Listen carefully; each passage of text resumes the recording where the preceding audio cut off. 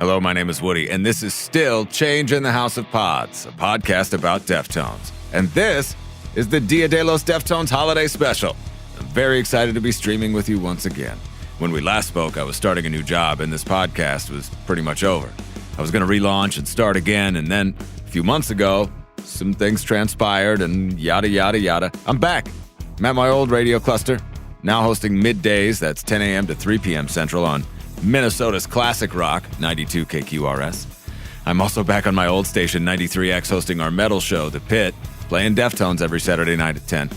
Frankly, I couldn't be happier and excited to keep this podcast going in one place. I'm really looking forward to releasing Season 3.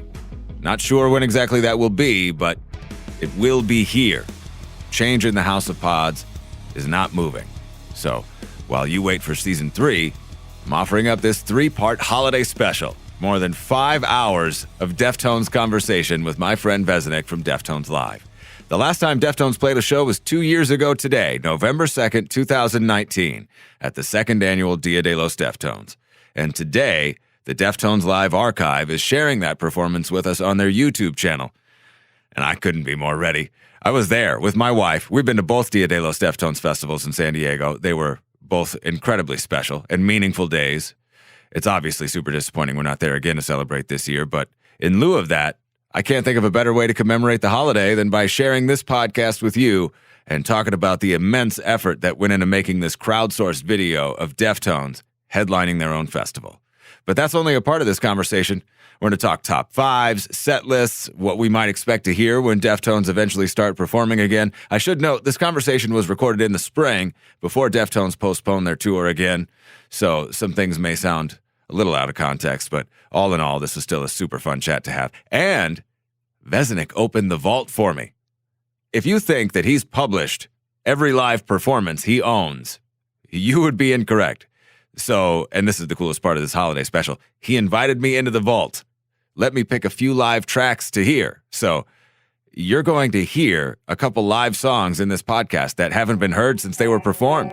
And I didn't slack a minute. I picked some pretty cool shit. So, sit back, sip a ceremony. Hell, it's a holiday. Break out the Deftones tequila and enjoy my conversation with Vesanic from Deftones Live. Happy Dia De Los Deftones.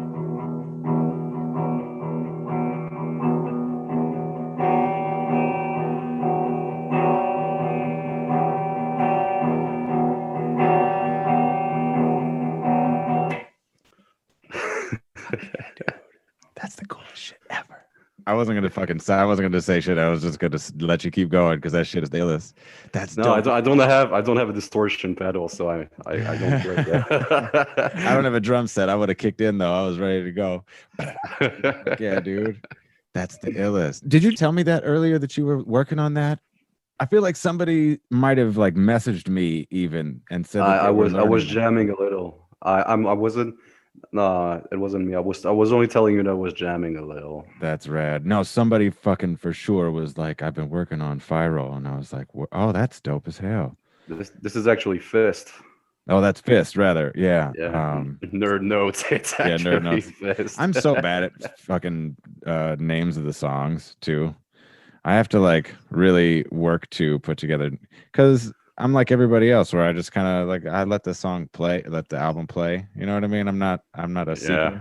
If it wasn't for like the songs where the lyrics, where the name of the song is in the lyrics, I would be totally lost. You know what I mean? Thank God he says Diamond Eyes all over fucking Diamond Eyes. You know what I mean? Yeah, I gotta say, they have this thing where they don't necessarily include the title of their songs in the lyrics, or they don't use a lyric of their songs as the title, and it can be pretty confusing. And no, I didn't challenging as shit. It's hard, especially for potheads like me. I didn't go easy on you. I chose one of the most obscures, but it's one of my favorites. Oh man, that fucking rules, dude. That's so amazing. That's so rad that you're flexing like that. That's the illest. Just another one, but this one is even harder because it's not the right tuning. So I'm wondering if you're gonna make it out.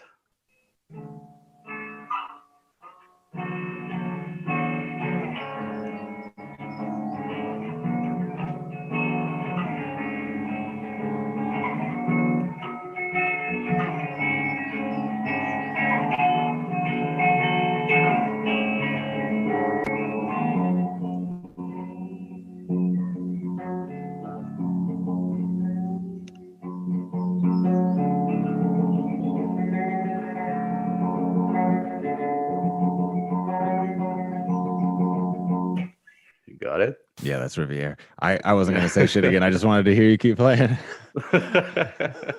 I'm one of those dudes who's like, oh, somebody playing Deftones? Well, I'm gonna shut the fuck up then. Good here, man. Dude, Riviere to Sure. me is a song that I had to go back to. Wrist is that album for me that and I think for a lot of people, that it kind of missed me. And I think we've talked about this before. It kind of missed me.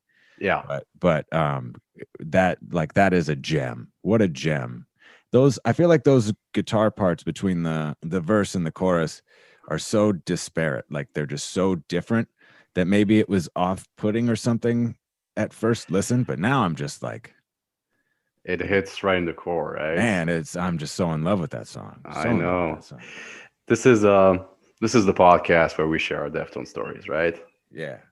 I got one for you. You're gonna love this one. So, first time I heard Saturday Night Wrist may have been in 2007, actually. So very shortly after the release, if I remember well. And I wasn't even keeping up with the band at that point. I think I had just found out about them, and I had listened to Around the Fur, and then White Pony, and I think at some point I grabbed Saturday Night Wrist from the record store, just out of curiosity amount all the other things I was listening to, but I was not as into Deftones as I am now. And so I grabbed Saturday Night Wrist, and I gotta say, I don't really know why, but it's just like you. I actually did not memorize Riviera right away, and it's only, I don't know, maybe a year or two after that I listened to Saturday Night Wrist in full again, and I don't know, maybe it was because I listened to it at night and I was really on my own, all cool, that the emotion from the song really hit me, and those guitar chords really worked for me. I was like, wow, what a closer, what a closing track. And so, I did my thing and started looking for a live performance of it, and I was like, shit, it been played live, and blah blah blah. And surely enough, I noticed that there was no live performance of the song. For the little archivist notes, before they started playing it, I think it was in the Koinoyokan cycle. They may have played it once, like in 2006, in a gig in the UK. But the set list that I found, it was on the Deftones World website with this, the section with the old reviews, and Riviere was mentioned in there, but I'd never had a confirmation of that set list. And more often than not, the set lists are a bit wrong, where someone had confused a song with another. So maybe they didn't even play it back then. I wonder how that happens. This title problem, as you mentioned. and I'm like an avid fan. You know what I mean? Like I can't get. Yeah. That's why I just can't hate on anybody who's got that. Everybody makes mistakes. I'm full of them. But yeah. So really, they didn't play it but once.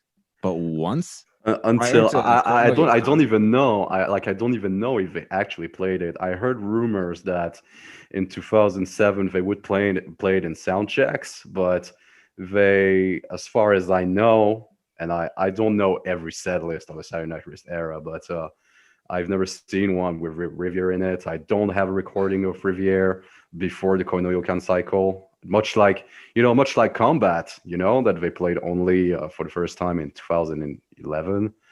But the actual story, well, I'm laughing because I know you're gonna like this one. It's much like the Combat story, where I'm not exactly sure I was the reason it happened, but if I put the two together, it's kind of likely that I was this fucking nagger that made it happen. Okay, so we are in 2010. I think it was December, if I'm correct. I had caught them quite a bunch of times on the Diamond Eye cycle. And I am in Lille, in France. It's in the north of France. I'm in this near this small venue, which was called the Splendid. And it was between, if I remember well, the day before and the day after they were playing at one venue in Paris. It may have been the Trianon. And and in between those two dates, they went up north to play in Lille, and I went there. I didn't go to the Paris dates, but I went to the Lille dates because it actually was kind of close to where I was living, and I wanted to hear Riviere. I really wanted to hear it. So I was I kind of like patrolled around the tour bus because I heard that's when you would be able to see them. And a few months before that, I had seen them when I saw them for the first time in Hamburg.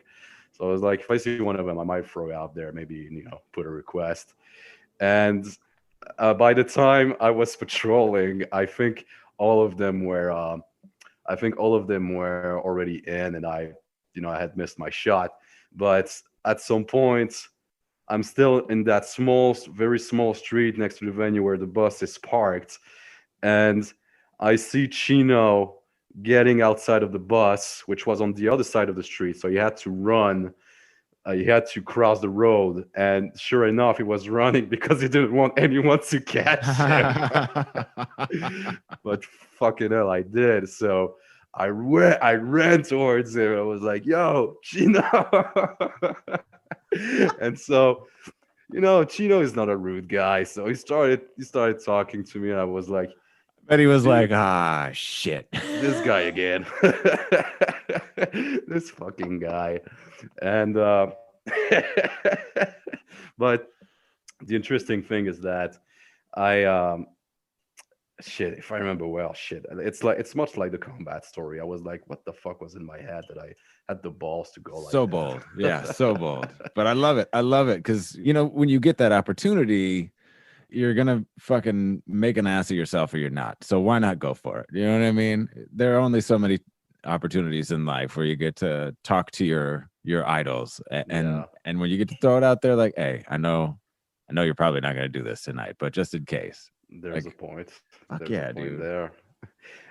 And So how did you do it? Like, what did you say? Like, I don't remember exactly what I said, but I was at the time I was not smoking weed like I was when I asked them about combat, so I was much more clear spirited, and I think I straight up asked, man. I was like, "You guys ever played Riviere?" I think I know I mentioned the set list. I don't know exactly what I said, but I know I mentioned the set list, and he was like, and I think I said something like, a song I think would really work in the set is Riviere, and it was kind of funny because when I said the name of the song, Chino's face actually lit up. He was like, Riviere, a bit like, that song. Someone not out there Korea, not knows this song. you know what I mean? Not Head Up is like you know what I mean? Yeah, Not, the ones that you like the pretty ones? Like that's totally rad. That's totally cool. I bet he oh, did. I bet he fucking lit up. I totally would have asked for Rats or Rapture or something like that, but I don't know. These songs had been played before. I had great versions of it in my collection, and I was like, shit. If I could be there for a song that they all, I guess, never played, shit, man, I'll pick Riviere. And they didn't do it, but I he listened to me, and like he was real surprised to hear me ask for this song, or at least he looked like he was surprised. And I think at that time, on that tour, one Saturday Night Race song that we would play a lot was Xerxes.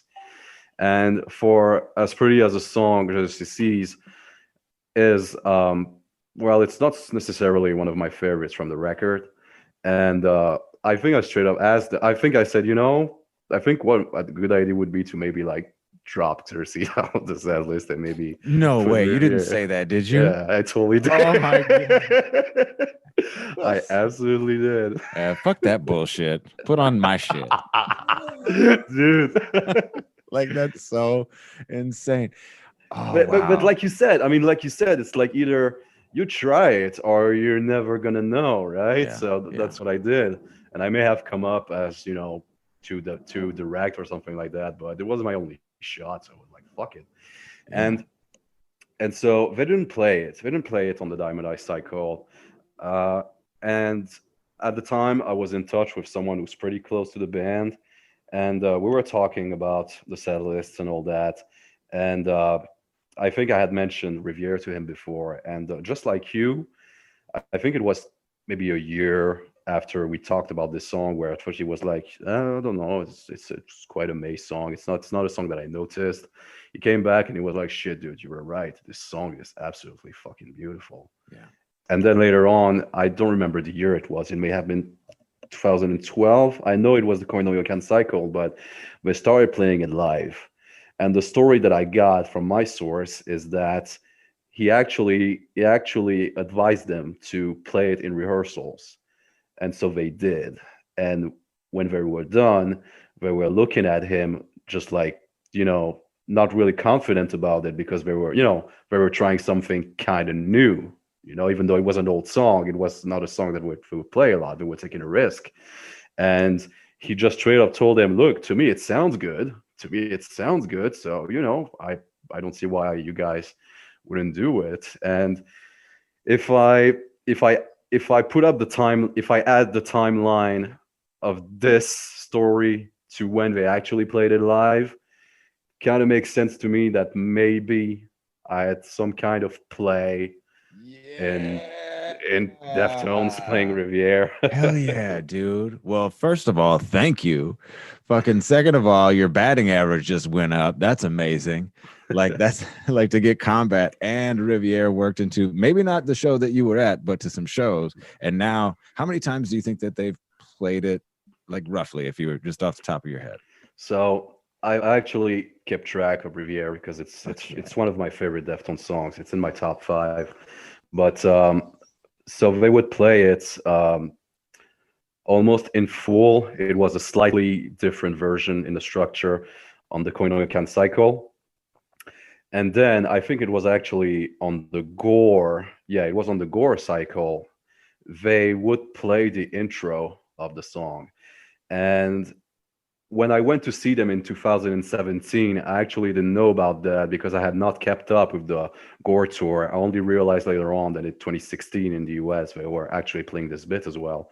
But they did this really cool thing, man. In 2017, I'm in Paris at the Olympia. It's a legendary venue. And they were playing 2 nights in a row. So I knew through experience that I was in for something special, right? And so the second night, I think the first night I was in the pit, or maybe not. No, no, no, no. I was actually trying to record both shows, so I was in the stands both times. And Always and working, always on and the job. yeah. Well, I actually, this is the only time in my life that I followed a band on tour. When they did the European 2017 tour, I actually attended a few shows. I traveled through Europe, and yeah, Paris was probably the best night of them all, especially the second night. I I had been more often than not, I was busted by security. I was, like Yeah. that's kind of an implicit rule when you're a bootlegger, is that you're either gonna get busted or you won't. Yeah. And I never had the authorization of the band to do it. In retrospect, it kind of sucked, but whatever. And I the second night I had been busted as well. I was still in the stands. I was hesitating between just going down in the pit or staying where I was. And I was like, fuck it. If I can film this with a camcorder, I still can film it with my smartphone. But I was way too far to even consider keeping that recording. So I was like, I'm gonna share this with the world. And it's the only time I did a live stream on Deftones Live. I live streamed this show from where I was. The image quality was terrible. It was an old smartphone, but the audio was pretty good. And as they were digging into the set list, it was actually pretty fucking cool. I think they busted out Hexagram, which was not often in set list at that point, and I was so psyched because I love Hexagram. And then at some point, yeah, they started playing Riviera, and they did this thing which I'm pretty sure they never did with any other songs. While it was playing the outro and without the distortion, he Abe started adding those electronic beats to it, which are not in the studio version.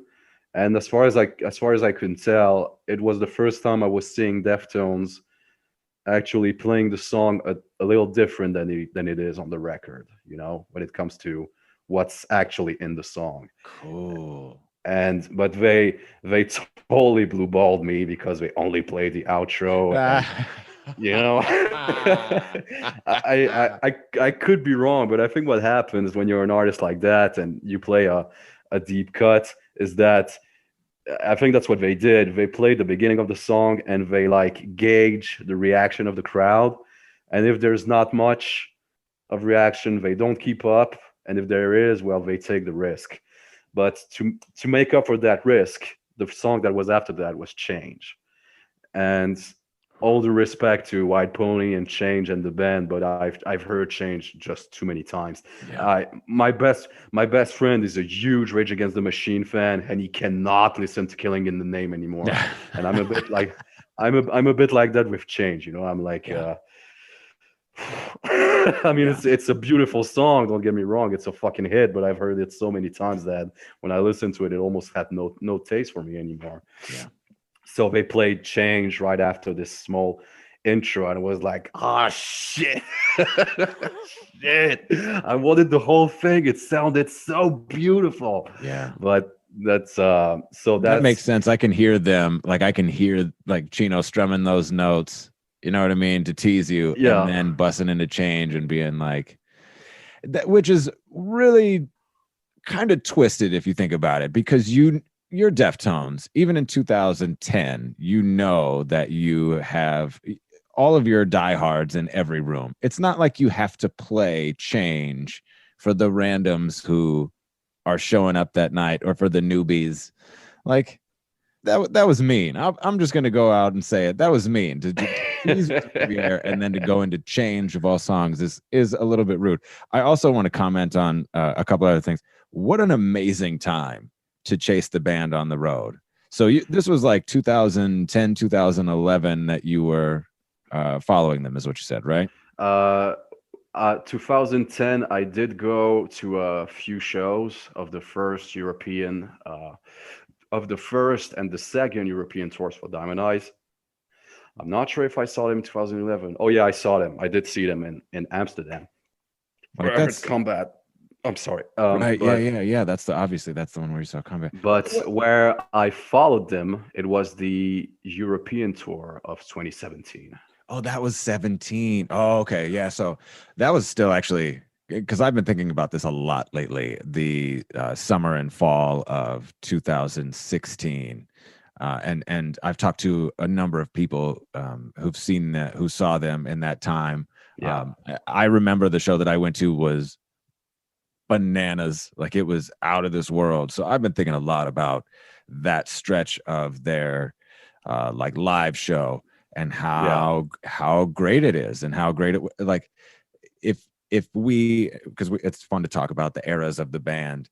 Like I feel like that's sort of a sneaky underrated era of the band where they were really, I mean, you think about these past 5 years, they're as sharp as they've ever been as songwriters, as they're as seasoned as performers. Maybe don't have the youth and the agility that they might have had in 98. Yeah. But there's their know-how, their acumen. They're like guys, like old guys on the tennis court. You can't fucking beat an old guy in tennis. You can't. They know every trick in the book. They know where to put the ball. There's no way that you can defeat them. And I feel like they have that that old man quality in 2016.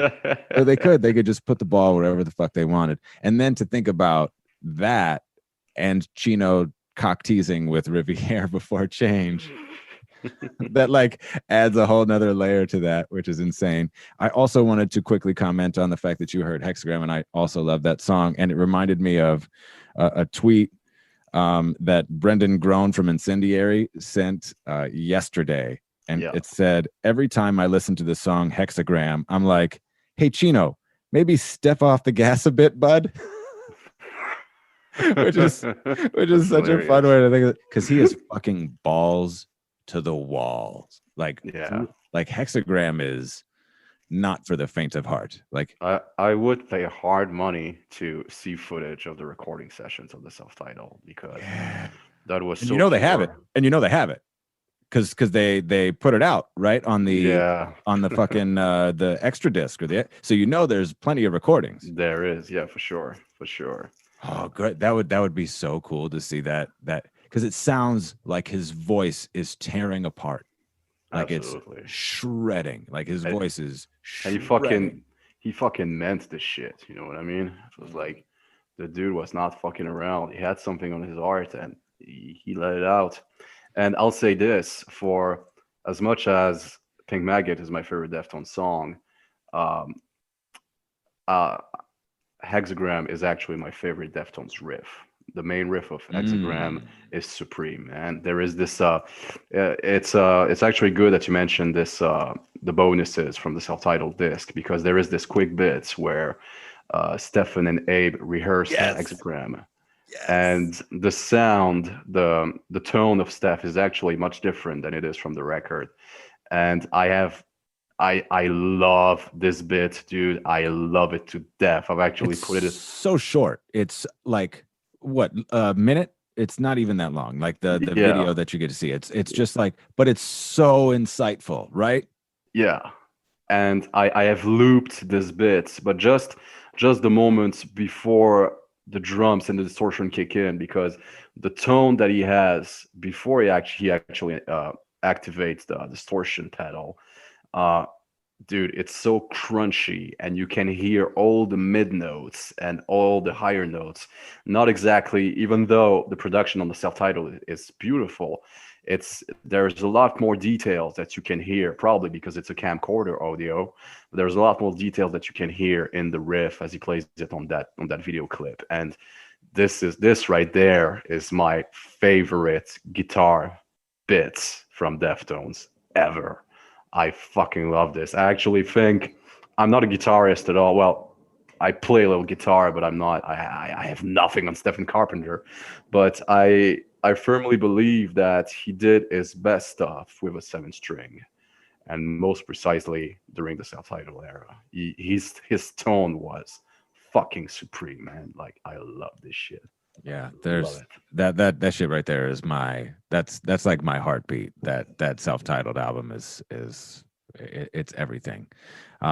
Okay, there are a couple of things that you have said that prompted a few different questions in my mind. So I'm going to run down a list of places we can go, or that I want to go here, and then you could choose which direction. So you said Riviere is in your top 5, is what you said. So I did, but and I'll let you bounce off that. But I just want to say, because I forgot to mention this in my Riviere story, before they played it in the Koinonia Can cycle. So when I saw Chino, I asked him about it. It was December 2010, right? Now, fast forward to August 2011, which is when I saw them play Combat. I'm not sure if it was before or after.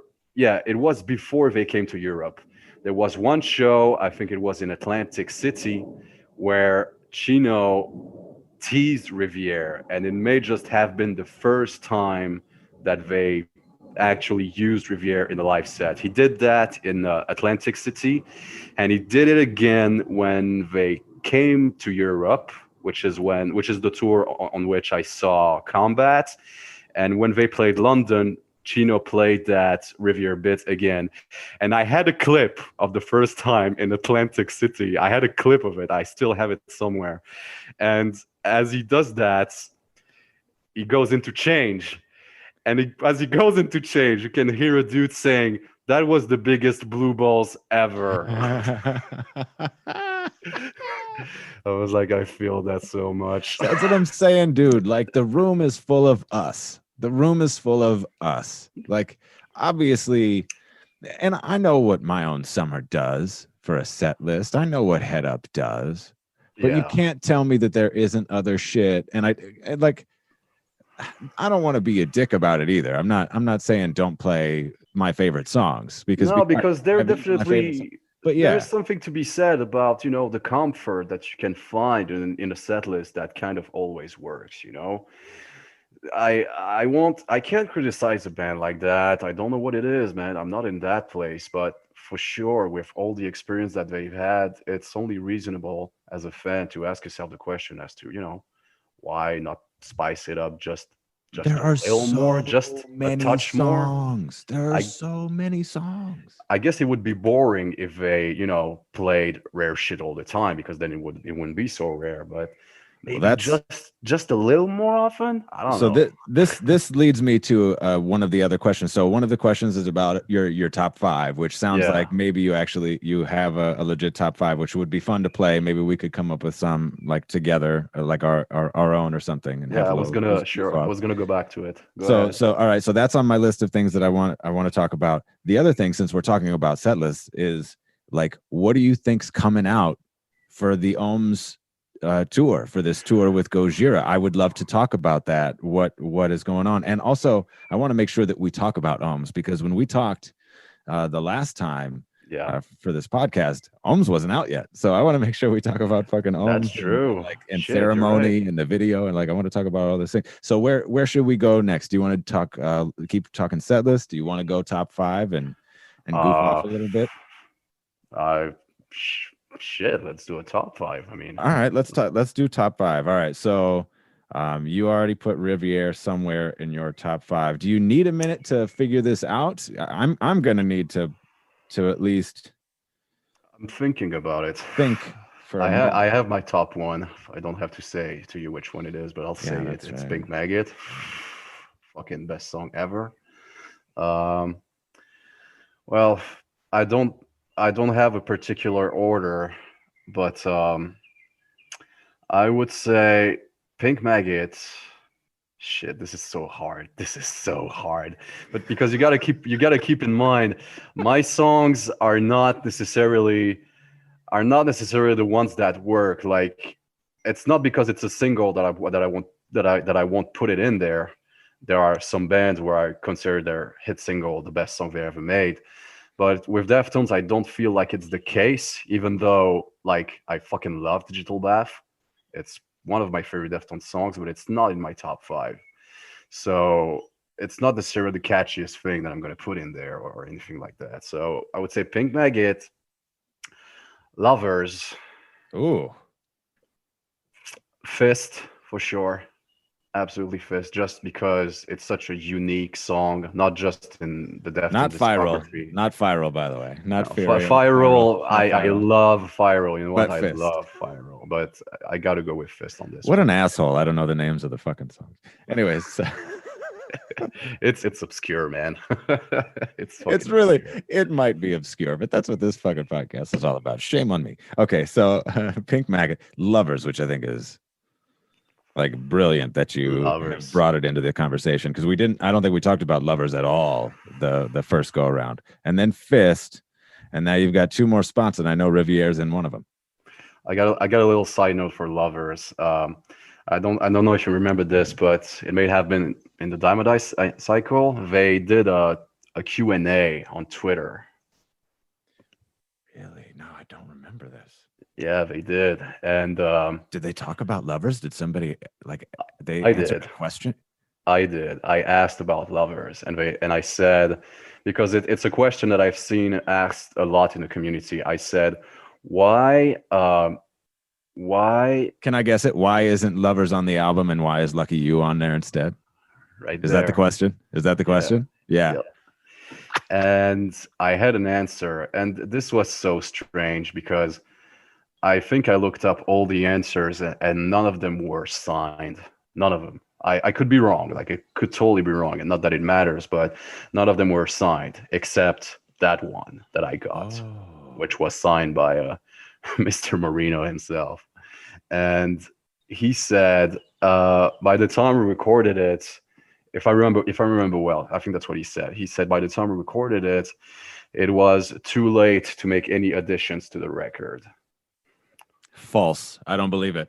Well, it's hard to believe because if it was too late, why would you guys still be in the studio recording it? But I don't know. Maybe the label had a play in that. I don't know. I This is the same as Back to School, right? This is the same as Back to School. The Back to School release came out. And plenty of Joe was talking about this on the podcast, and it's a great point. Why the fuck was the Back to School story don't match up? And I don't need it to, honestly, but it's fucking fun to think about. You know what I mean? I really, and especially Lovers, because that is a superior fucking song, dude. That song, I fucking love it. That song rules. Like that song beyond most songs. Like I would say above Boys Republic. Like I want that streaming. Like I need that readily accessible to me to play at my whim. I need Lovers. It's bound to happen, you know. I think much like Tool discography being put online, I think Deftones won't have a choice but put out those deep cuts eventually on streaming services. But to get back on that anecdote, he said that, and I also learned that it was Chino's favorite song from the self-titled sessions. He said that in his answer was like, it was my favorite song from the self-titled sessions, signed Chino. And so yeah, that was my little anecdote going through the top 5. Holy shit, that's really fucking cool to think about, because that album and the recording of that album those are the dark times. So for him to like have a connection to that is extremely fascinating. Why is that his favorite? What is it that resonates about that song? You know what I mean? Like that is that is so cool to think about. I know why, because that song fucking is amazing. That song, dude, it fits so perfectly in the rest of the album. You could slip it in literally anywhere in the album. You could put it in anywhere. It doesn't make sense. Lucky You is like a fucking sore thumb, and I have a lot of love for Lucky You. I'm not saying that they shouldn't have put it on the album. I understand, because that was the one on the Matrix soundtrack, right? That's the one on the Matrix. And just that and Anniversary are such unexpected cuts that, you know, to a new listener maybe wouldn't make sense, but Lovers would fit just so fine in that song. So maybe it was a concession on the part of the band, because the label was doing the soundtrack thing. Yeah, they were playing that game. They had to support the soundtrack. I think about it, they took their sweet time with that record. I think it cost them over $1 million to record the self-titled session. Every penny. Worth every penny. In the word of Stefan, underrated. When did he say that? When did he say it was underrated? When I made this White Pony video for the 20th anniversary, I went back to this interview that they did in 2006. It was all of them together on a German TV set, and the host went, okay, so we have 5 guys, 5 albums. By that time, they had 5 records. So I want each of you to describe one album with 3 words. And that interviewer fucking rules. That was a great question. Cool. Yeah, that is so great. That's a great question.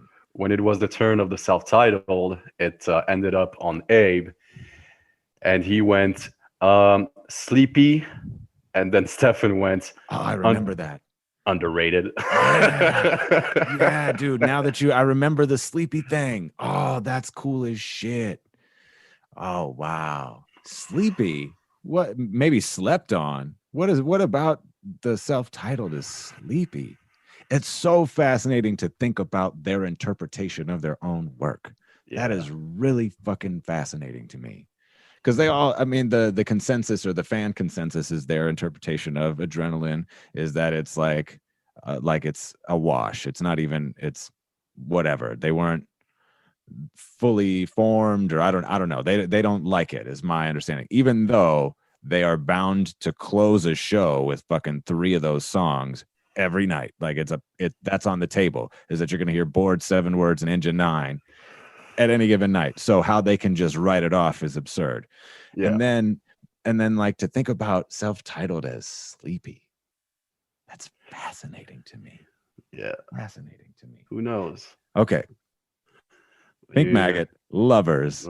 Fist. And then Fist. you've got Riviere is in the 4 or 5 spot. Yes. What's rounding out your top 5? Shit. Oh, the fifth one. Man, this is so hard. This is so I know, hard. I know. It's brutal. I've been sort of taking the approach of like, all right, what are 5 songs that I could really fucking that I love right That now? I would, yeah. You know what I that mean? I Like you would, can't that I would go. need if I Yeah. only had to keep Uh, those 5. Yeah. you can't be too heavy about it though. You gotta approach it with a little bit of like that's a great song. I can roll with that one because there's so many of those. You know what I mean? Okay, so it's actually a swinging one. When sometimes it's gonna be this song, this time it's gonna be that song, but this time I'm gonna have to say Daemon.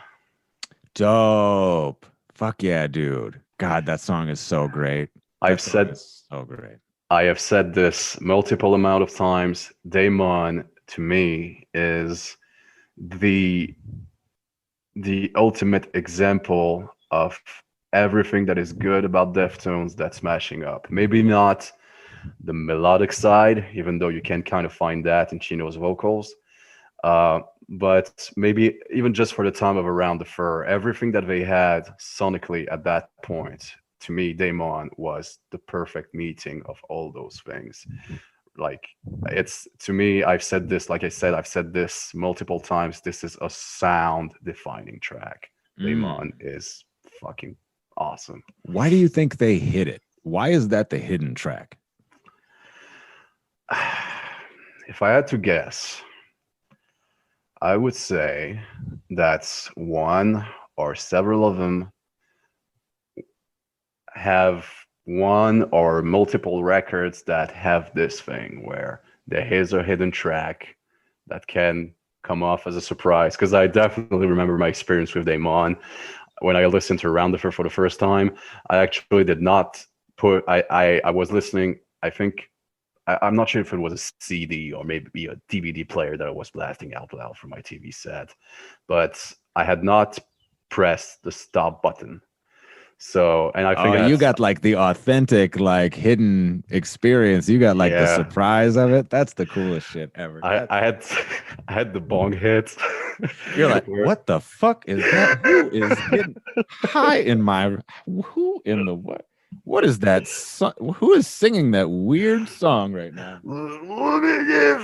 It's like, shit, what the fuck was that? I legitimately thought for a second that this was an error of impression an error of pressing, that it wasn't supposed to be there. But right.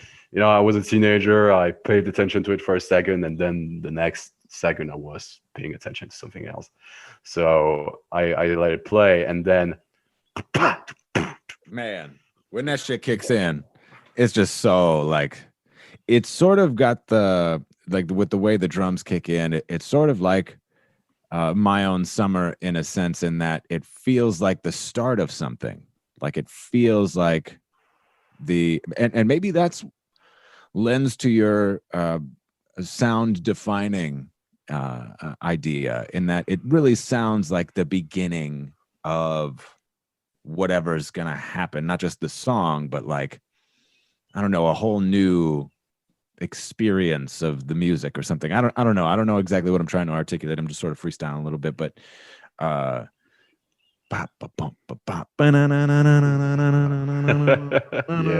shit is so cool. And hands down, This Feeling Gets Old, So Do Your Eyes, This Is Why I Hate You. Best top 5 lyrics. I don't know what the top 5 lyrics are, but top 5 lyrics Deftones catalog. Yeah, like for sure.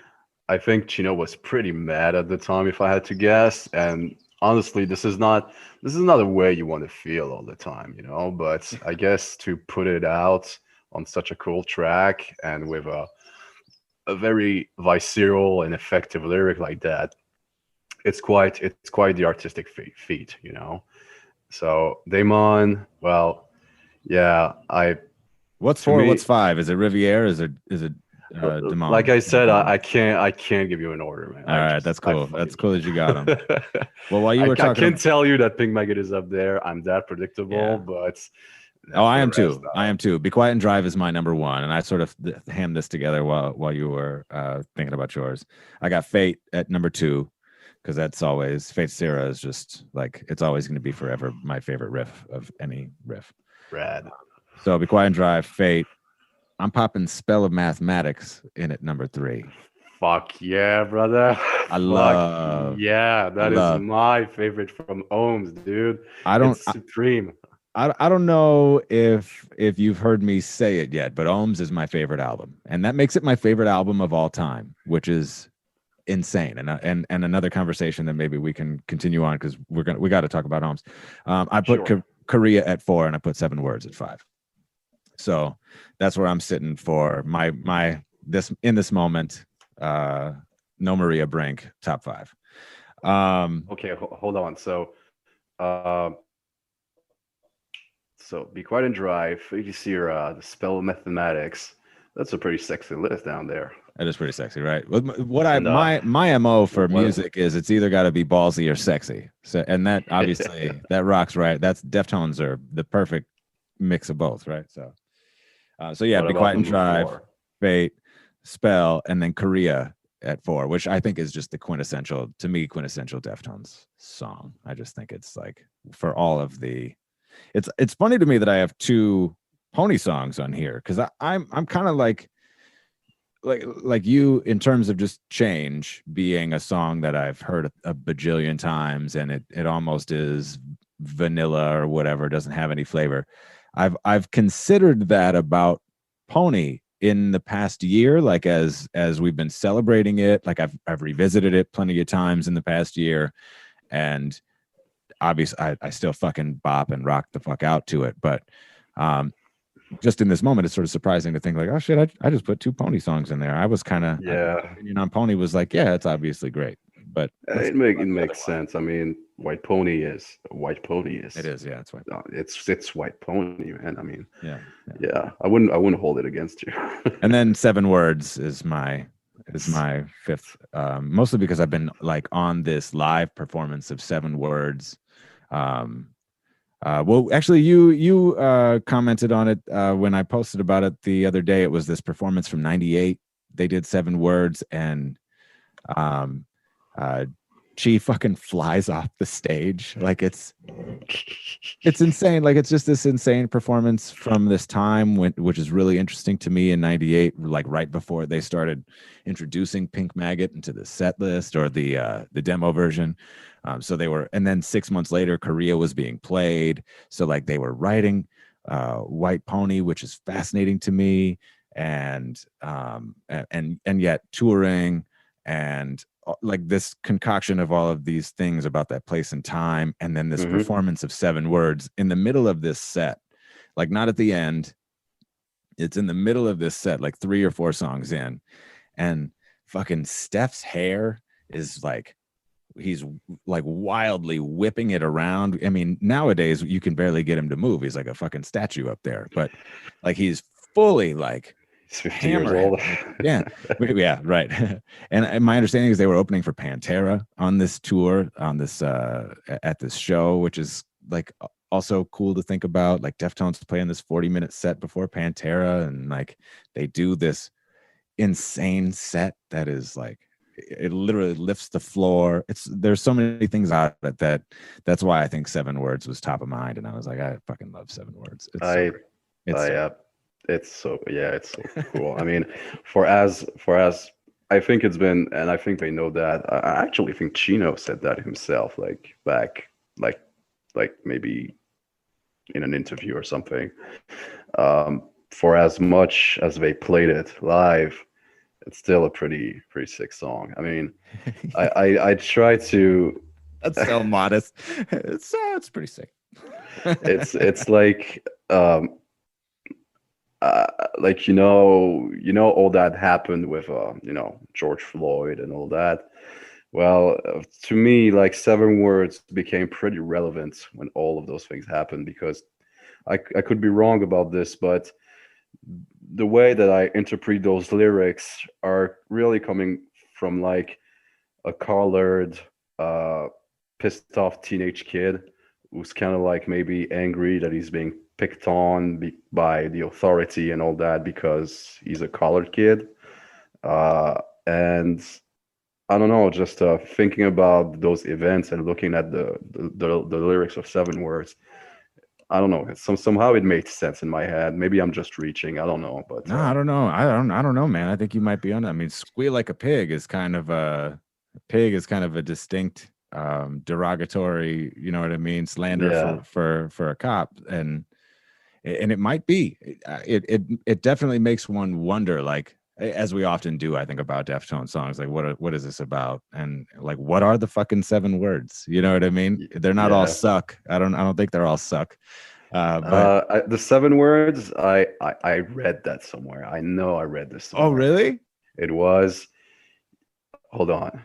And it actually makes a lot of sense. It is, you have the right to remain silent. Oh, word. You have the right to remain silent. Oh, shit. That is 7 motherfucking words.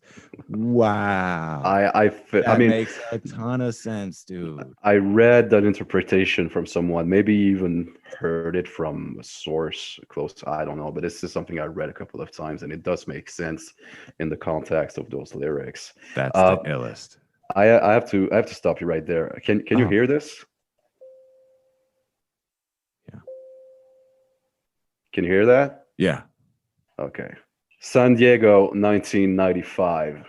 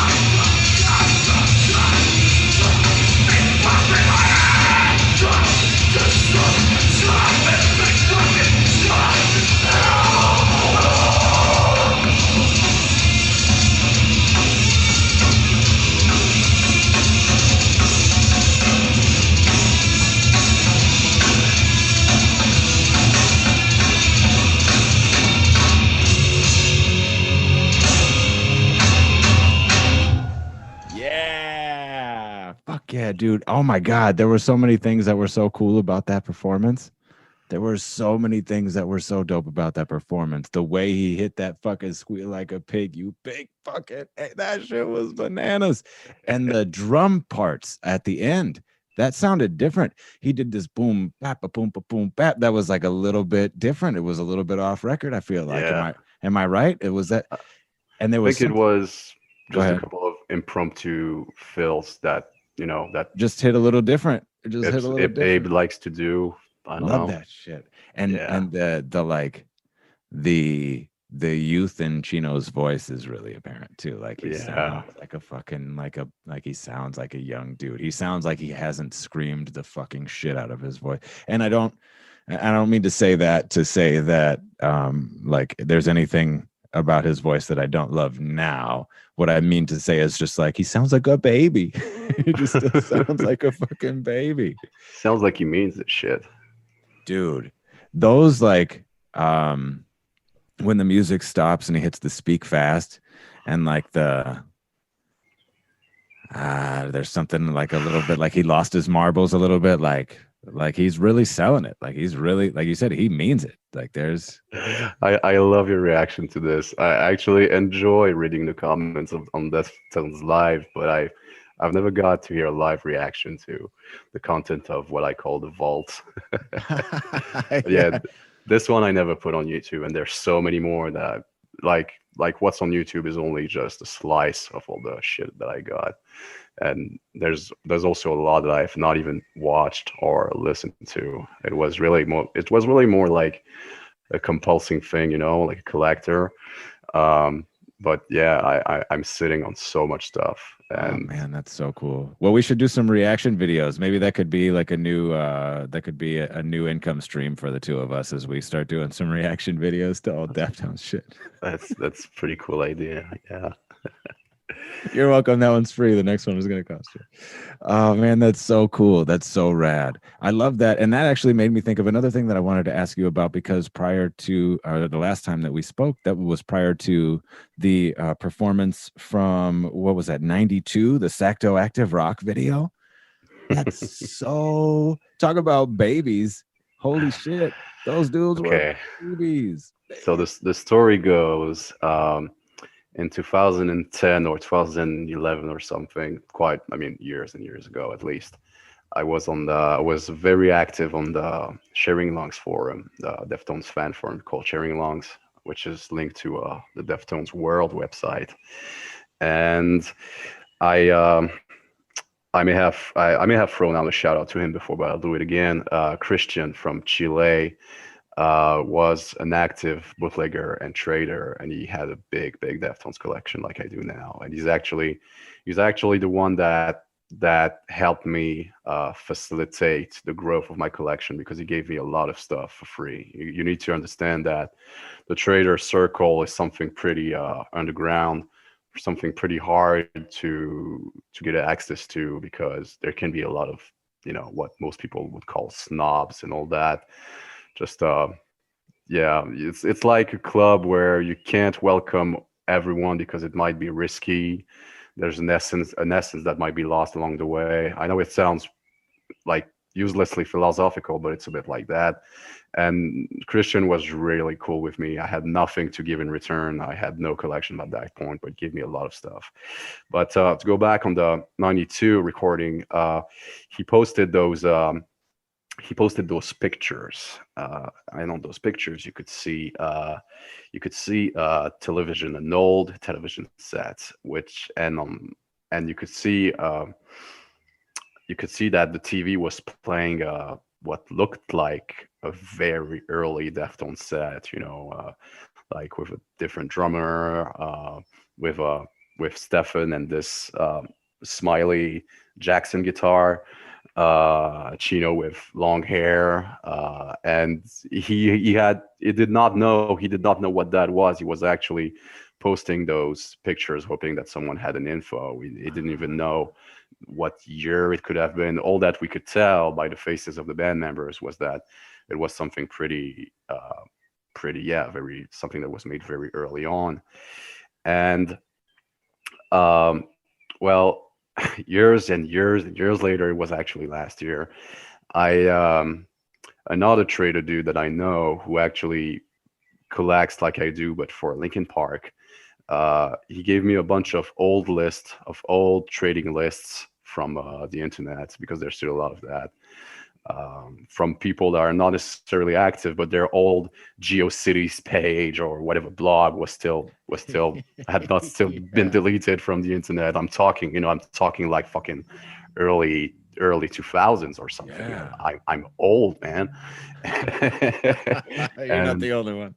and like he has sent me this one list, and as you get into this, well, as you become more experienced, you have this scan in your eyes where you know what to look for. You know what the usual bootlegs are.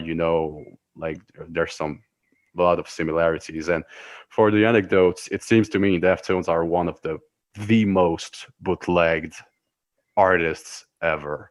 Even in the metal scene, it's one of the most recorded bands ever. It's fucking insane, but it does make sense as to why I was able to make something like Deftones live. But anyway, I on one of those lists that Felipe from Brazil sent me, I see this not this listing with 1992 Sacto Active Rock Pro Shot full set, and I asked him to put me in touch and all that, and then uh, and then something happened and shit, and eventually eventually someone,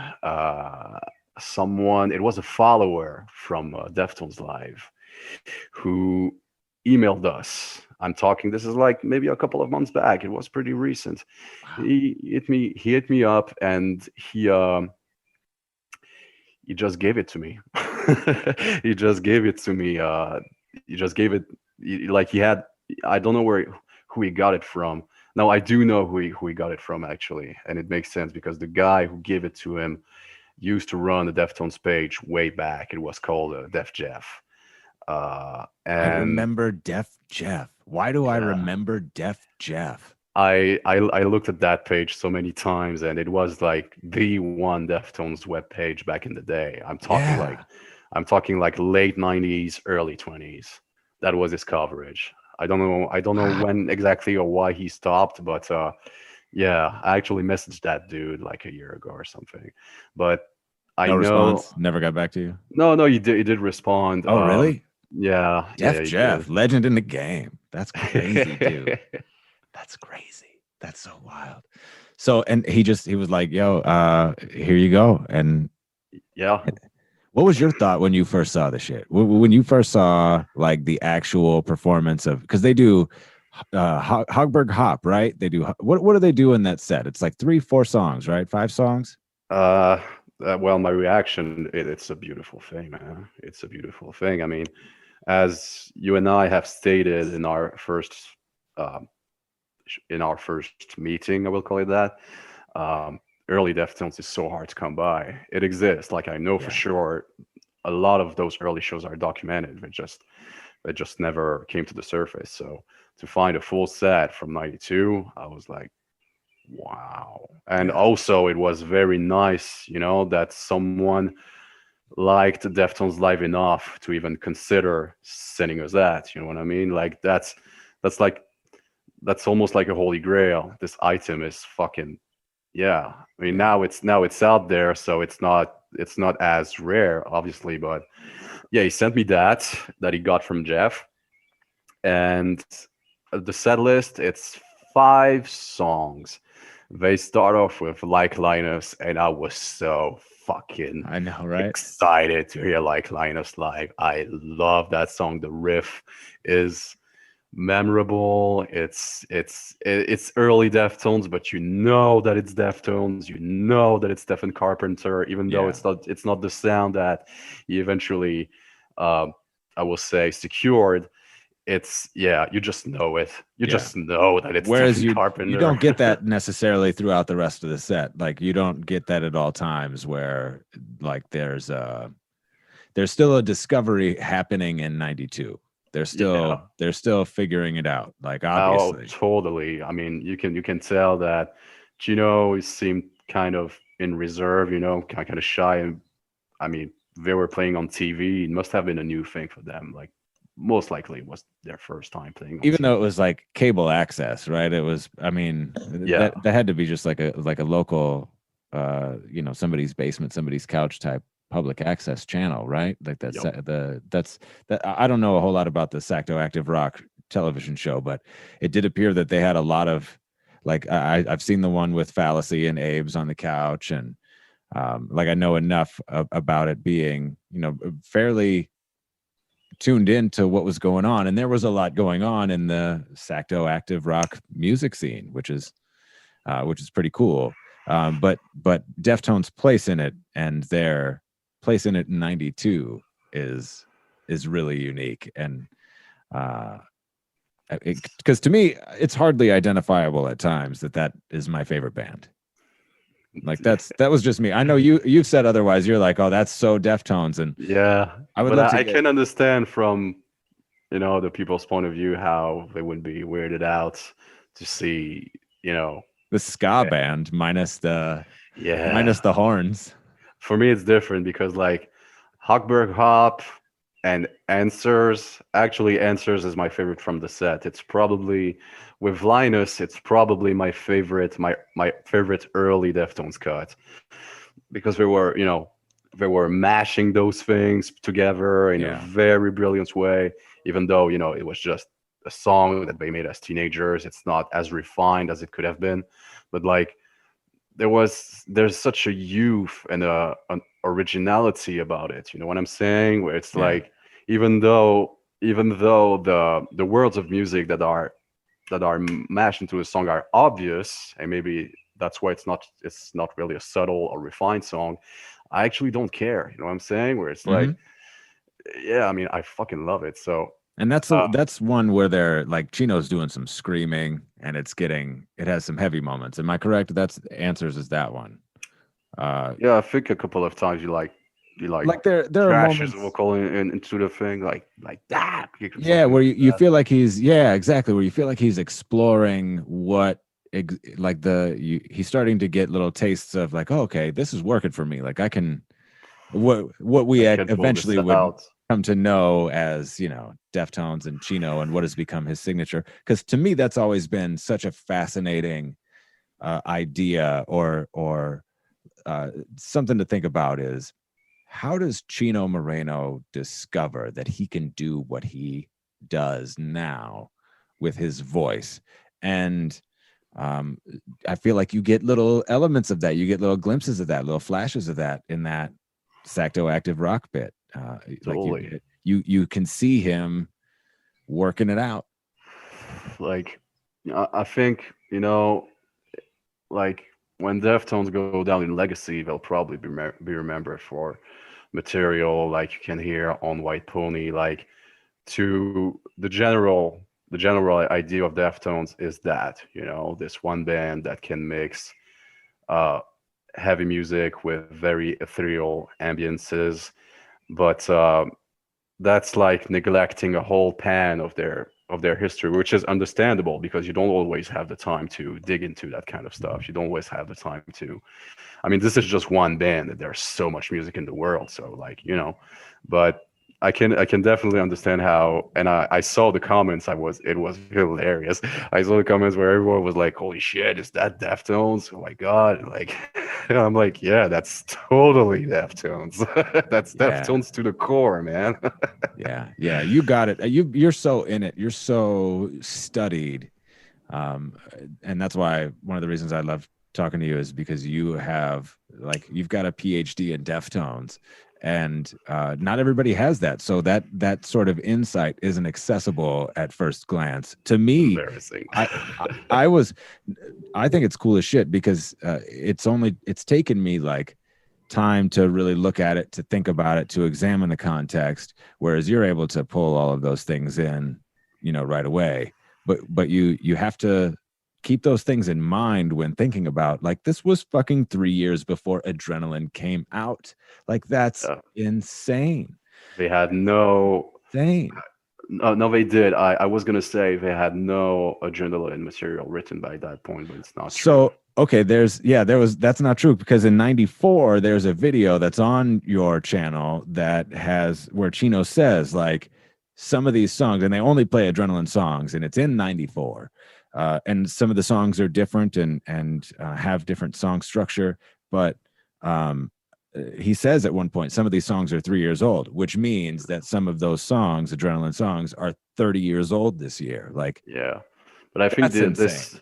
this 2 year space is actually the period where they really started carving out what would appear on Adrenaline later on. But an audio set from 1993. It's actually widely mislabeled as Cactus Club 1992, but it's not the Cactus Club, and it's not from 1992. I shit, I'm so nerdy. Oh, that's so But good. I know this because the drummer from that time, John Taylor, I've actually became friends with him on Facebook, and we have talked a lot about the band and that period of time. Um, and he confirmed to me that this recording was not from 1992 because he was the drummer in 1992, and he was able to tell me that's not me drumming on this one. It's probably 1993. And on in that 1993 set, if I'm correct, there's a couple of Adrenaline songs, probably 7 words and Root. Yeah. So, but I Yeah. think maybe it was written and not performed. But in 1992, yeah, I don't know if they were even playing any Adrenaline material. I So would that's imagine that first album is like any band's first album where you've been working on those songs your whole life, right? yeah, Like anything else, and like any other band. I mean, that those songs are things that you've been plucking at or tinkering with, melodies that you've been playing with, and they didn't have them all the way ironed out, I think, until they recorded it, which is also pretty fun to think about. Um, but maybe not quite as interesting as the rest of the catalog in terms of how all of those songs came together. But the live stuff and what they were doing yeah. like in the public eye is extremely fascinating to me because they had released demo material. They had certain things that they were doing to get out there, but that shit is wild different. It's wild different Deftones. You know what? I'm not a radio worker, but I want to use this as a transition, a quick transition. I'm gonna go adrift for a second because what you just said about how fascinating this might be, I think a lot of people have that for a lot of bands.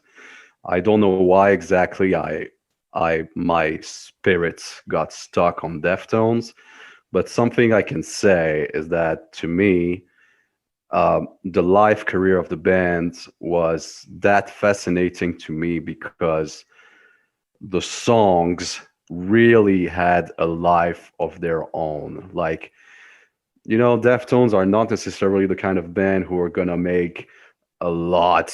Like, usually, like what I want to say is when they play a song live, it's probably gonna sound like on the record. Like I'm gonna take a quick example. When I saw System of a Down live, it was in 2016, and they played this song from their debut, which had come out in 1999, I think, which is called War.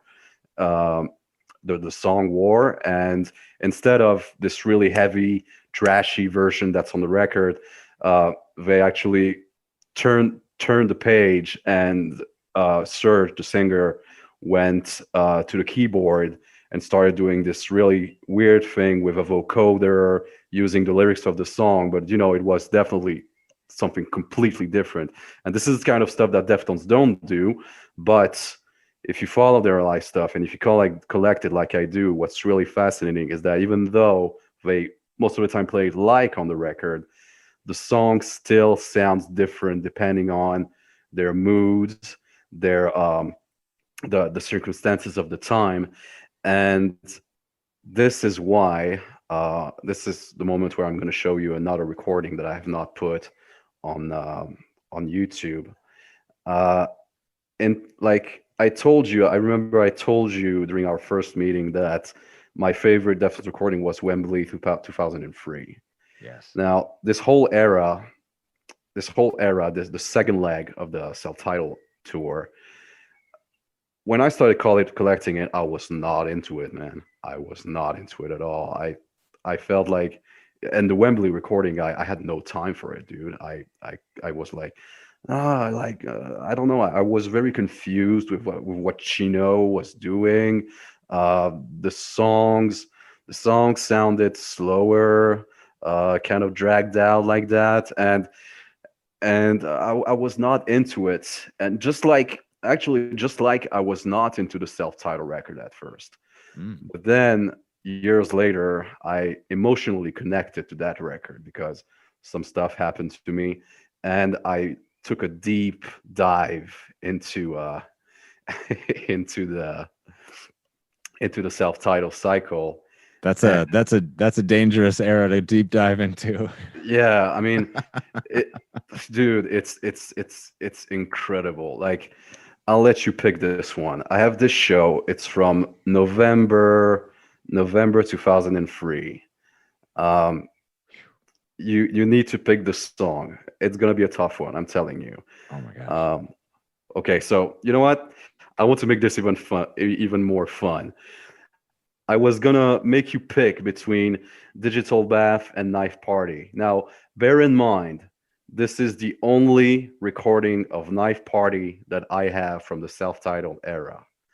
But what I'm gonna do instead is I'm gonna give you the set list, and you're Okay. gonna need to pick one song. All right, I got a pen ready. Minerva, Bloody Cape, My Own Summer, Be Quiet and Drive, Daemon. I know. Bored, Digital Bath, Knife Party, Mascara, Oh shit. Around the Fur,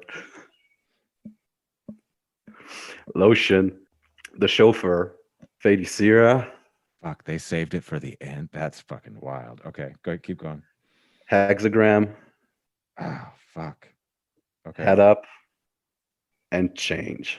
Now, shout out to Royo 420, who is the taper of this set. Yeah, you need to pick one. They only played Knife Party. This is the only time that you've got it recorded, or this is like the only time they played it in that cycle? I mean, I would Not find sure. it very surprising, but I do have a bunch of unreleased audio sets from that leg of the self-titled tour, and I don't have all of them, obviously, but this is the only recording of Knife Party that I have from the self-titled days. Yeah. Wow, that's crazy. Shit. Okay. I can't believe they played Bored like 5 songs in. That's kind of crazy. And I love that they really went balls to the wall on the end. Actually, it's kind of interesting that they went Mascara, Around the Fur, Lotion, and then the Chauffeur. Oh, and then the Chauffeur. Like, that's bananas. I wonder if they were gassed for Hexagram or if they were ready to do that at the end, because that's probably pretty amazing. How about, Like, in the context of what I just told you, that the songs will sound different depending on the era, I would advise to pick a song that's not self-titled, because that's the era we started playing those songs. But Yeah. it's up to you. I'm kind of leaning Mascara. Okay, before we get into it, I'm not sure how many non-Deftones fans listen to your podcast, but like I said, like, the Deftones songs really had a life of their own as they were going through the years, and it might sound a lot slower, like dragged down, but this is something that I hated at first, but then I connected emotionally with that vibe. And if you're able to enjoy it, I mean, to me, it was mind-blowingly beautiful. And I would just want to quickly mention Joe, whom you had an episode with recently, who saw them on that tour at the Aragon, and I actually surfaced that recording on Deftones Live for him, and I remember him telling me that he did not like that show, and I'm guessing the reasons were the same. And I was that way. I had that mindset, but then I don't know. I just grew to really enjoy that era. It is a dangerous era, like you said. Dude, But it, I was at that Wilkins show, which is on your page, the one at the Roy Wilkins Auditorium in St. Paul, and I didn't feel that way. I was fucking like I was in love. I was like, oh my god, these men are gods. So, like, but I recognized it at like how special and singular it was.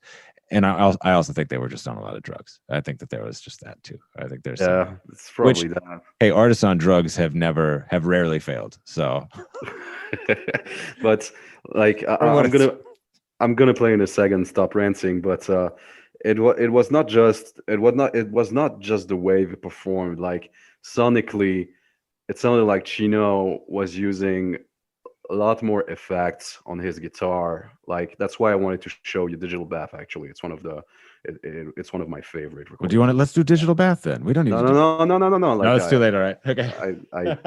I wanted you to pick for a reason, but yeah, like there's just I don't know. It was like everything in their songs expanded, not just by being played slower. It's like everything was taking this space to fill up those huge venues we were playing in. And it was like absolute, beautiful, chaotic, ethereal, transcending, whatever you want to call it. But this era of Deftones is something really special. All right, Mascara at the Austin Music Hall in Texas on the 6th of November, 2003.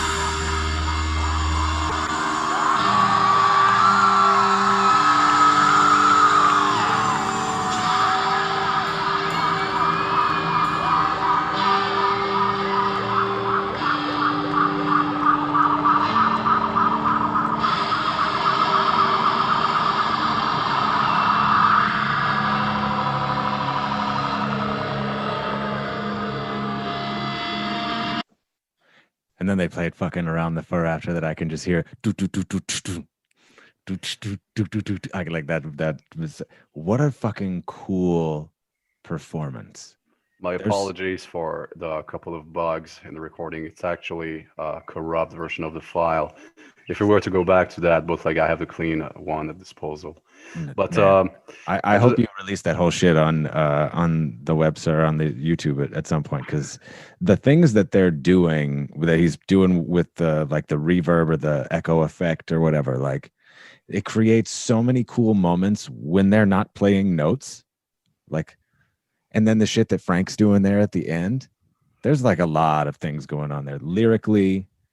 The delivery slower, like you said, like probably not as pronounced as I would imagine some of the rest of the songs are, given that Mascara is already pretty down tempo. But you feel it, and I can feel that, and I sort of recall that too about the Wilkins set, that they might have been dabbling in that, and then I also think about some of those soundscapes being really prevalent in like the Team Sleep stuff. Yeah. And how like it was probably Chino playing, right? Like at that time, like probably just playing a lot with as a musician, right? Like that's so cool. I think there was a lot of experimentation going on. It was an interesting era because as time went on, this really gripping vibe would only get more intense. Like I can even sense the difference between this set and the one that you saw at the Wilkins Center. Yeah. And Chino was tearing his voice more and more by the day. He didn't give a shit, and his vocals were just so harsh. I'll say this: like I've dabbled with vocals for quite a long time in my life, and I have never heard something like the screams that Chino would do during this specific time of the self-titled era. Like there is this one version. It is on YouTube. It's called it's the song Elite, and it was from a set the same month. I think it was in Canada, where he goes full power through almost the whole song, and at some point you're like, dude, like, are you okay? Because I've never in my life heard such an outburst of pure sheer anger. And so for most of these sets, yeah, that was the tone of the vibe. I'm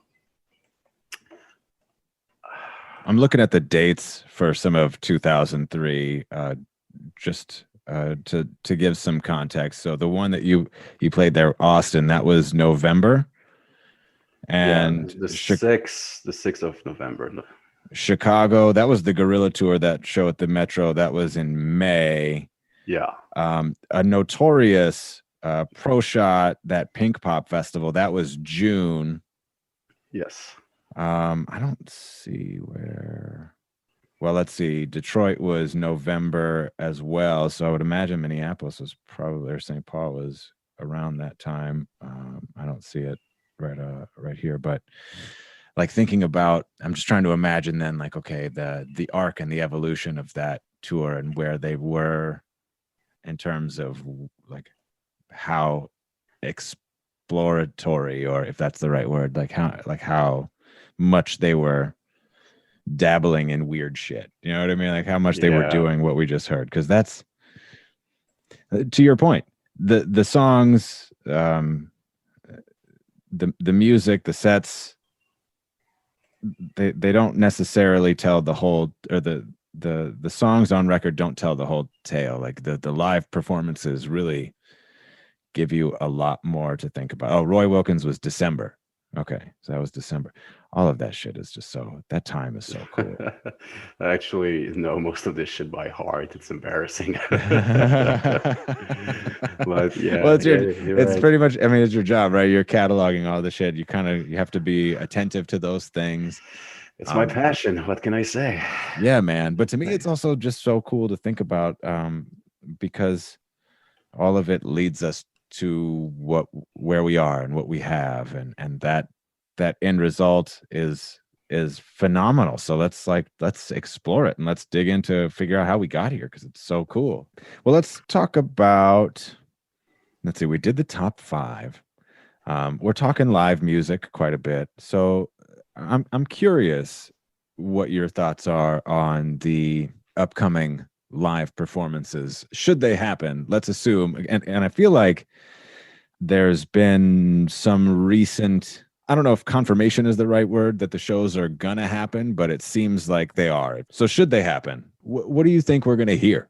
I can't make a possible guess on the order of set list. What I can tell you is that the first note that they're gonna play, everyone's gonna go crazy. Yeah.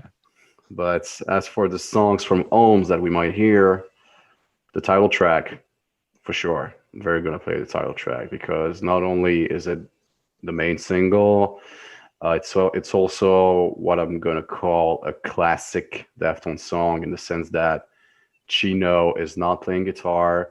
It's really has that classic Deftones setting where, you know, it's I think it's pretty mandatory to play it at this point. I've in that vein, I fully suspect them to play Genesis.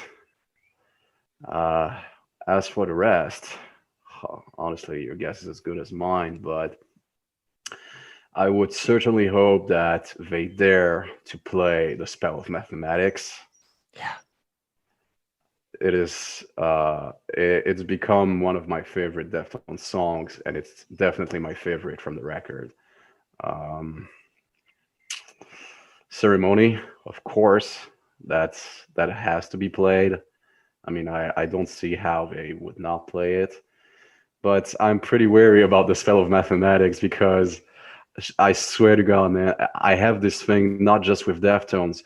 Every time I find out about a band, I get stuck on a song, and they don't touch it. I don't know how I do it. I've talked about this with a friend of mine. I don't know how I do it, but it's always one of those very few songs that a lot of fans want to hear, but the band, for whatever reason, will not play it.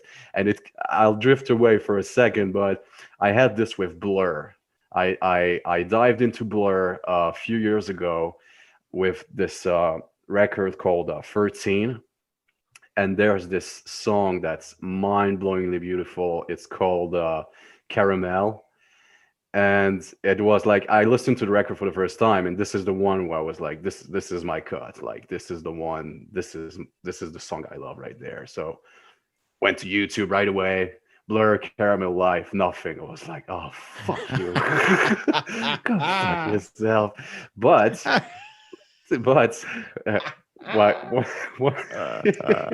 one or 2 years later, they were playing a show. I think it was in Maida Vale. I know it was in the UK, and it was it actually aired either on the internet or on television. But they premiered Caramel, and I could see that in the Blur fan base, it was quite the event, because they had been waiting for that. But it gets even worse, man. Do you ever listen to Rammstein? Sure. Do you know the song Rosenrot? No. Rosenrot is one of their hit singles. Okay, they have a music video for it. It's a very well referenced song of Rammstein. So you would think that's got to be a song that they play often, right? Dude, there is no live recording of it anywhere. And I checked it out on Setlist FM, and the only scrap of information that I could find was that one time when they played 3 shows in a row in Berlin. And I guess it's because they had 3 nights in a row and they dared to be experimental enough to actually play that song. But like, I'm like, dude, why is this happening to me? This is a hit single, for fuck's sake. Like, what would be like the Deftones equivalent of this song? Like if Blur and like Caramel and Rosenrot, or just the Rammstein song, like if Deftones were to not play Be Quiet and Drive, like what would be the equivalent of that? Let me think. Problem is Deftones don't have a whole lot of hit singles, I guess. Like that might be challenging. But I I guess got in the US we only play Du Hast. That's probably the one that we know. But they still, yeah. I mean, they still sell out stadiums here. It's I do really have to exciting. say I'm not that familiar with the discography of Rammstein, but the hit singles that I know, most of them have something to share with Du Hast, Sure. which in my opinion is not necessarily one of their best songs, but it's definitely effective in the context of industrial metal. Uh, I would say um, that Rosenrot is definitely an unusual sounding kind of track for the vibe that they bring live, and that's probably the reason why we don't play it so often. Mm.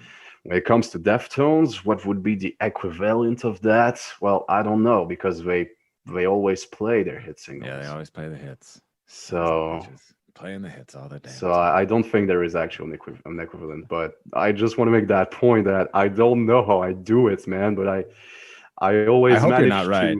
Because if to they don't play Spell of Mathematics, I'm going to blame it on you at this point. dude, that's not fair. Uh, but I sure hope that they play the Spell of Mathematics. But That's a cool little rotation of new songs. I was just talking about the Gore tour recently and looking at some just a couple of set lists with my buddy Miguel. We were on live and talking about that 2016 stretch. And it was, they only played 3 songs from Gore at the show that I went to. They only played 3 songs at the show that Miguel went to at the Greek in LA. yeah, And one of them was different from each night. So there's a 4-song rotation in my mind. Four songs probably tops from Ohms that they work into the set, and maybe 2 of them they swap from night to night. Like yeah. that's not gonna do it for me. I'm gonna need more. I'm gonna need I more. Ohms is fucking great. Like it's seriously, it's the best album ever. And I actually, when the pandemic started, I was really trying to find a positive way to look at it from many different aspects. And when it came to Deftones, and this actually applies to all of the artists who have put out material that they were not able to promote on the road, is that for all this time that they haven't been able to play live, well, the audience has had the time to get familiar with the stuff, you know. So if they play a song from Ohms, whatever it is, the crowd would probably know about it because since they couldn't see the band live, what did they do? They listened to the music. They paid a lot more attention to it, much more than like maybe Gore or Koino Yokan, even though Koino Yokan was pretty successful. So I think they're really in a context where they can feel safe by playing any cut from yeah, the record. So this will be interesting to see and a new setting for Deftones. And I'm hoping I want you to think about Diamond Eyes Cycle for a second. When Diamond Eyes came out, and when I saw them, it was like 4 days before release, so maybe it was exactly the day of the release. I'm not sure, but they were playing tons of songs from the record. I think when I mm, saw them, they played 7 or even 8 songs from Diamond Eyes, and I'm hoping that we see something like this again, where they wow. go full force. That's a different era, man. That is a whole nother thing that you're talking about, because you're not reintroducing the band to the world. You don't have a brand new person in the band. You haven't been on hiatus for a while. Yeah, like True. that's that. I mean, I think your optimism. I think your optimism is dope, but I would be stunned. However, Oh shit. It really What the fuck? Sorry. that's all right. That sounded like a radio shit. However, I do think it would be it. You're right about the fans' opportunity to really soak up the album, and because I remember when the shit came out, like all of the songs were in the top, like were billboarding or whatever. Like they were all in there, which meant that fans were listening to the whole album on repeat. Because there are 4 or 5 more songs that you could legitimately make a case for: Radiant City, Headless, Error. I mean, you could really make cases for every song on the album This Yeah. Link. Why wouldn't I want to hear This Link Is Dead? That's Yeah. crazy. That's I crazy. think they're gonna play This Link Is Dead at some point, but not right away. And if you look at their recent history and the songs that they play, the new songs that they play, I think about like off of Koi, I think about Rosemary. They pick the long, sort of slower songs, the songs where maybe they can get a breath. So why wouldn't they play Pompeii? Or why wouldn't they play Spell? You know?